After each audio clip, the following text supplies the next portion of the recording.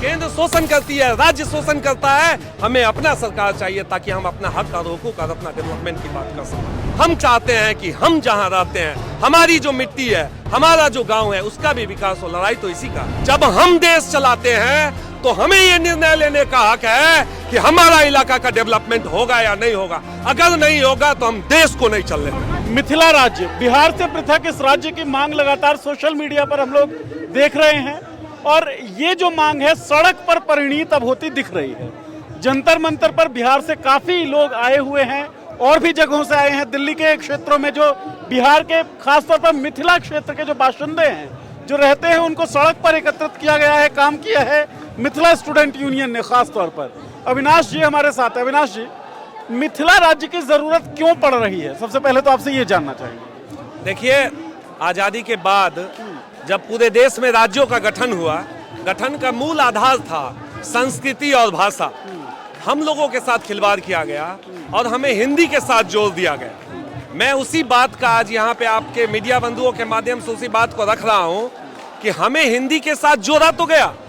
हम हिंदी के साथ जुड़े तो हम देश के साथ चलने का काम तो किए, लेकिन देश के साथ चलने का काम करने का मतलब ये नहीं होता है कि आप 7 करोड़ लोगों को पलायन का शिकार बना दीजिए, आप 7 करोड़ लोगों को भूखमरी का शिकार बना दीजिए, आप 7 करोड़ लोगों के खेत में पानी नहीं रहने दीजिए, वहाँ बाढ़ आए, वहाँ सुखाड़ आए, वहाँ बर्बादी हो। आजादी के 70 साल बाद हमें यह मिला, इसी के खिलाफ आज हम लोग यहाँ पे खड़े हैं। अगर एक अलग राज्य बन जाता है तो क्या ऐसी परिस्थितियां पैदा होंगी कि बाढ़ नहीं आएगी? भाई बाढ़ तो नेचुरल कॉज है, गॉडली चीज है, वो तो आएगी। क्या बदल जाएगा कि पलायन नहीं होगा? क्या ऐसा कोई सेटअप है, क्या कोई ऐसा स्ट्रक्चर सोचा आप लोगों ने? देखिए, देश कैसे चलता है, देश चलता कैसे है, इस बात को समझना होगा। देश चलता है कोयला से। देश को चलाने के लिए चाहिए लोहा, अबरक, उस पे काम करने के लिए चाहिए मजदूर। अगर मजदूर नहीं होगा, अगर स्किल्ड वर्कर नहीं होंगे, अनस्किल्ड वर्कर नहीं होंगे, देश चल सकता है क्या? हम लोग हिंदुस्तान को चलाते हैं, हम लोग इस देश को चलाने का काम करते हैं। हमारे लोग पूरे हिंदुस्तान के कोने कोने में घूम के, तमाम मजदूरी करके, तमाम फैक्ट्रियों में, तमाम सर्विस सेक्टर में जाके काम करते हैं। मेरा ये प्रश्न आपसे है कि क्या मजदूर नहीं रहेंगे तो देश चलेगा? नहीं चलेगा। तो जहां मजदूर रहते हैं वहां डेवलपमेंट नहीं हो सकता क्या? हिंदुस्तान के डेवलपमेंट में जो टैक्स आता है वो टैक्स कलेक्शन होके हमें क्यों नहीं मिलता? हमें एक्स्ट्रा हिस्सेदारी क्यों नहीं दी जाती? हमारे बाढ़ का समाधान क्यों नहीं ढूंढा जाता है? हमारे सुखाड़ का समाधान क्यों नहीं ढूंढा जाता है? जब हम देश चलाते हैं तो हमें ये निर्णय लेने का हक है कि हमारा इलाका का डेवलपमेंट होगा या नहीं होगा। अगर नहीं होगा तो हम देश को नहीं चलने देंगे। अविनाश, ये तो कॉम्प्लीमेंट्री चीज है ना। मजदूर को काम करने के लिए कारखाना चाहिए, वो कारखाना तो बिहार में है नहीं। वो चीनी मिलें थी, वो बंद पड़ी हुई हैं। उन चीनी मिलों को खुलवाने के लिए कोई काम नहीं करता। तमाम पार्टियां आप लोगों ने चुन ली, तमाम पार्टियां आ गई, लोग जो है वो पार्टियां बदल रहे हैं, लेकिन चीनी मिल तो नहीं खुलते, कारखाने तो खुलते नहीं है। तो ऐसे में मिथिला अगर पृथक राज्य बन भी जाता है तो भविष्य कैसे देखते हैं आप? देखिए पत्रकार महोदय, मेरी भावना और मेरी बातों को समझिए। मैं कहता हूं, आपने कहा कि इंडस्ट्री को चलने के लिए मजदूर चाहिए। मजदूर कहां से आता है? और मजदूर को मेरा काम करने के लिए ये है कि अगर हम मजदूर के बस को रोक दे, पंजाब जो धान रोपने के लिए जो मजदूर जाते हैं उसको रोक दें, क्या मजाल है पंजाब के एक खेत में धान लग जाएगा? क्या हम उस मजबूत पक्ष पे नहीं है? अगर हम उस मजबूत पक्ष पे हैं तो क्या हमारी हिस्सेदारी नहीं होनी चाहिए? मैं आपको आजादी के समय का एग्जांपल देता हूं। भाखड़ा नागल डैम से पहले कोसी प्रोजेक्ट आया था। वो उस समय में आजाद भारत में, गुलाम भारत में जो पाकिस्तान के जो पहला प्रधानमंत्री बने, पहला प्रधान लियाकत अली, उन्होंने 20 करोड़ रुपया कोसी प्रोजेक्ट के लिए दिया। लेकिन जब भारत आजाद हुआ, जब पार्टीशन हुआ, पंजाब के किसान आते हैं, वो कहते हैं सारा सिंचित भूमि पंजाब का पाकिस्तान में चला गया, पश्चिमी पाकिस्तान में चला गया, और कोसी प्रोजेक्ट में दिया हुआ पैसा भाखड़ा नांगल डैम में दे दिया जाता है। वहां ग्रीन रेवोल्यूशन आता है और ग्रीन रेवोल्यूशन के कारण वहां 50 नए शहर विकसित होते हैं, वहां एक बहुत बड़ा मिडिल क्लास होता है। मैं कहता हूं मेरा हिस्सा छीन के दिया गया। अगर कोसी प्रोजेक्ट पे काम होता, उत्तरी और दक्षिणी जो पूर्वी और पश्चिमी जो तटबंध है उसे ढंग से बनाया जाता, आज हम पलायन नहीं करते, आज बेरोजगारी नहीं होती। सुनिए, आज वहाँ चीनी मिल बंद नहीं होता, आज वहाँ जूट मिल बंद नहीं होता, कुछ भी बंद नहीं होता। ऐतिहासिक कारण है। भारत सरकार बिहार सरकार हमारे लोगों का हमारा शोषण कर रही है, उसी के खिलाफ हम लोग यहाँ। अविनाश, मैं यही जानना चाहता हूं कि जो पलायन की समस्या है, बाढ़ की समस्या है, रोजगार की समस्या है, इन समस्याओं को दूर करने के लिए एडमिनिस्ट्रेटिव क्या तरीका आप लोगों ने सोचा हुआ है? भाई मिथिला अगर राज्य बन जाता है, इतिहास में जो गलतियां हुई, अतीत में जो कुछ हुआ वो तो हो गया, लेकिन भविष्य की आधारशिला कैसे रखेंगे, वो क्या प्लान है? आज से हम 2 साल पहले यहाँ पे आए थे, इसी धरती पे हमने मांग किया था मिथिला विकास बोर्ड। हमने बोला था कि केंद्र सरकार हमें 1 लाख करोड़ का पैकेज दे। मैं इसे एक छोटा सा एग्जाम्पल के माध्यम से समझाता हूं।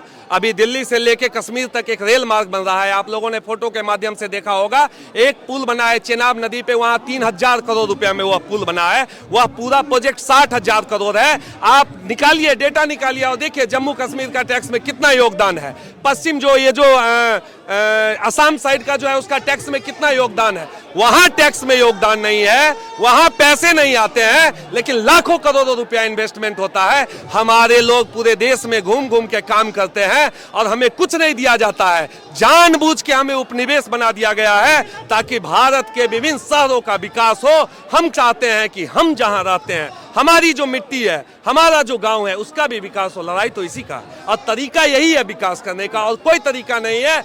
केंद्र सरकार को हमारे इलाके के विकास करने के लिए एक मोटा पैकेज देना पड़ेगा। पिछले 70 सालों से हम लोगों को उपनिवेश बना के जो हमारे रिसोर्स को सोखने का काम किया गया है, उसका सबसे बड़ा जो बंटाधार है केंद्र सरकार और पटना सरकार ने किया है, उसका सबसे बड़ी जो रिसोर्स की जो यहाँ कमी हुई है, रिसोर्स का जो प्लंडरिंग हुआ है, हम उसी के खिलाफ तो यहाँ खड़े हैं और वही तो बोल रहे हैं कि हमें रिसोर्स चाहिए केंद्र सरकार। पॉलिटिकली अगर मैं बात करूं तो क्या ऐसा कह सकते हैं कि जो बिहार की स्टेट गवर्नमेंट है वो एक मीडिएटर है सेंटर और मिथिला के बीच में?